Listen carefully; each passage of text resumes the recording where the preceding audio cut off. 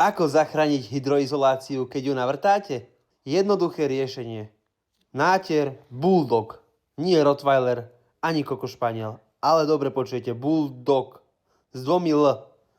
Takto som si krásne opáskoval, čo idem zatierať. Povysával som si, aby som náter naniesol na čistý povrch, viac menej. A takto krásne so špachtlou hustú hmotu rozotrem, silno pritlačím, aby tam bola.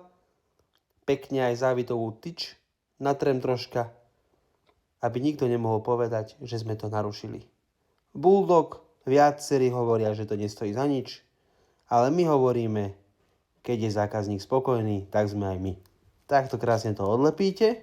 Vzniknú krásne obdĺžničky, ktoré vyzerajú ako umelecké dielo od perfekcionistu. Wow. Takto krásne som to spravil. Wow. Neviem, čo bolo krajšie, ten kruh, alebo takýto štvorček. Au! Prečo ma bácaš? Takto krásne, wow.